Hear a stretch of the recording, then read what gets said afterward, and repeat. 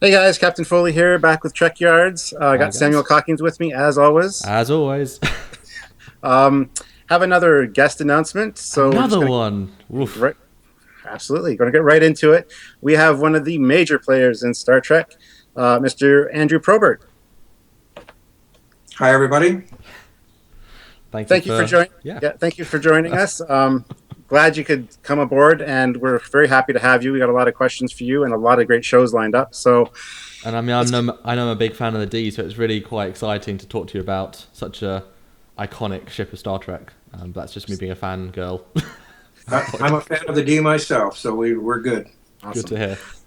All right. So one of my first questions is: I know you worked on the motion picture, did a lot of work in that, and I was just wondering how you first got involved in Star Trek. What brought you to the Star Trek universe?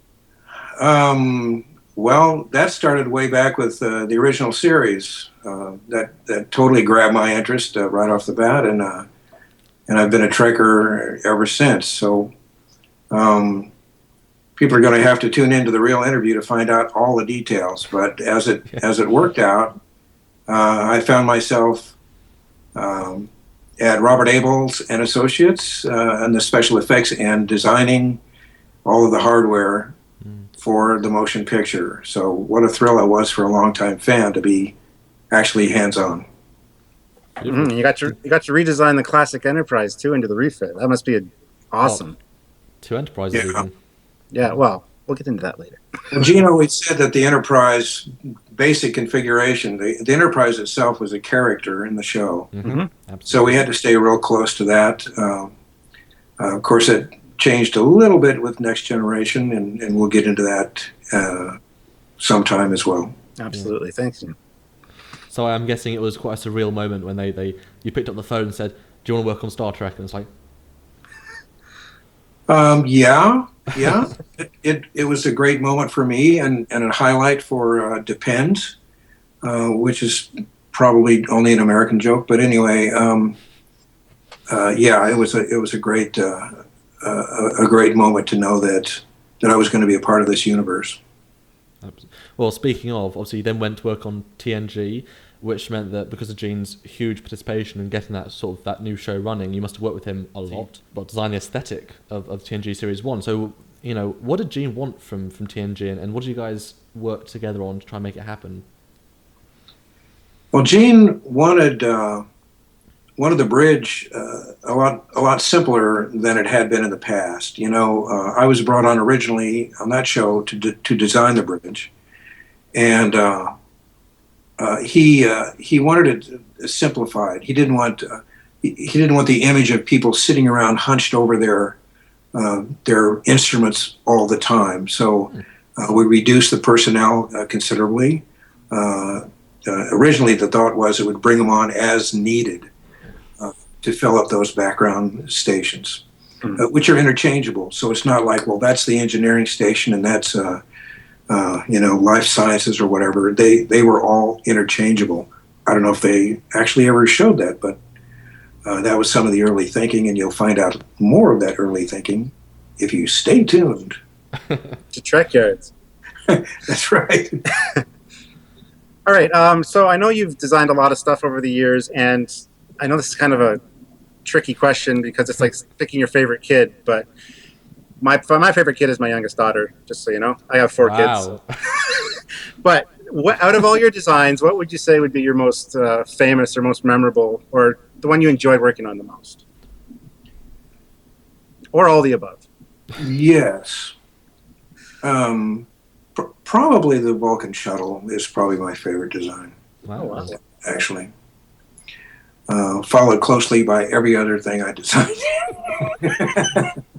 So did you keep trying to ask, does this script need a Vulcan shuttle? Could we just put a Vulcan shuttle in the background somewhere and every other thing? I know. Well, I don't know. Apparently the idea worked because ILM used it for the Jedi's shuttle jump thing later on. By having their fighter attached to a Yep. sled that took them to planets. It's kind of a logical thing. That's something else we're also going to be talking about later on. So, I love this guy. He does my job for me. well, Perfect. Honest. there's a lot of things going on in the background, a lot whys and wherefores. How did that come to be, and what are those big engines, and why does it separate, and all of that kind of thing, and those take some time to explain, and a couple of stuff of coffee at the same time. Yeah, and that's what we do here. We explain everything in depth and get right into it. So look forward to those episodes, guys. We've got some cool stuff coming up. If the Vulcan shuttle was your favourite, though, could you say on record that maybe you thought that should have been Khan's ship instead of the Reliant? Because they didn't need another ship, did they? You could just use the Vulcan shuttle. Was that? Well, there's not a lot of room in the Vulcan shuttle for Khan's. Just do what they do with other models and just scale it up to huge proportions, and hopefully that'll work. Anyway, no, don't make me reach through the screen. But the Reliant is an okay design if they had actually attached the engines the right way. Mm-hmm. But you can't have the power going in through the top when in fact those engines are specifically power in through the bottom. So if they just flipped the engines upside down, then it all would have worked. But no. A little bit of a sneak peek there, guys. But back to what you've actually designed on TNG. So, like you said design the bridge. Can you give us any behind-the-scenes tidbits of you said about the console moon, but anything else?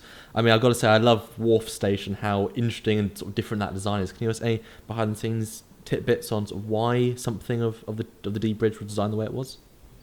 Because it's cool. Well, yeah. Not Too much to think about, yeah. Not within this time zone. I will say that I'm very big into equal access, and I didn't want to have steps on the bridge, so that's why I added the ramps. Something very interesting about the transporter, people say, well, there's steps on the transporter. No, that's actually a lift that's halfway down. So if there were creatures or people that could not actually go downstairs, that lift would come up to meet the transporter pad. They would step aboard that and then go down into the deck and roll away or whatever. That's actually cool, because when we did our transporter episode, we know that the transporter pads are raised off the floor to prevent static discharge, which is the reason that you'd have to have that. They couldn't just put them at the floor level, so I like that. And I've got to say, it's nice to know that the transporters are Dalek friendly. good to know. Wow. Cool. All right, well, there you have it, guys. A little bit of a sneak peek and a brand new guest star, which we are excited to have aboard. One of the holy grails of Star Trek, as far as I'm concerned. Hope you don't mind me saying that. Thank you. So look forward to that, guys. As always, check out Trekyards.com for past episodes. Follow us on Facebook and Twitter, and definitely check back with us because we have a lot of exciting stuff coming up. Samuel, looks like you have something to say. Yeah, I mean, I you might think what Andrew's designed, but he's designed a lot of different stuff, so you don't know what's coming, but it's going to be great. We got some great stuff in store, guys. Yeah. All right, well, live long and prosper, guys, and we will see you in the future. Captain Foley and Commander Cockings and me, Probert, signing off for now. Till later, guys. Bye. Bye, guys.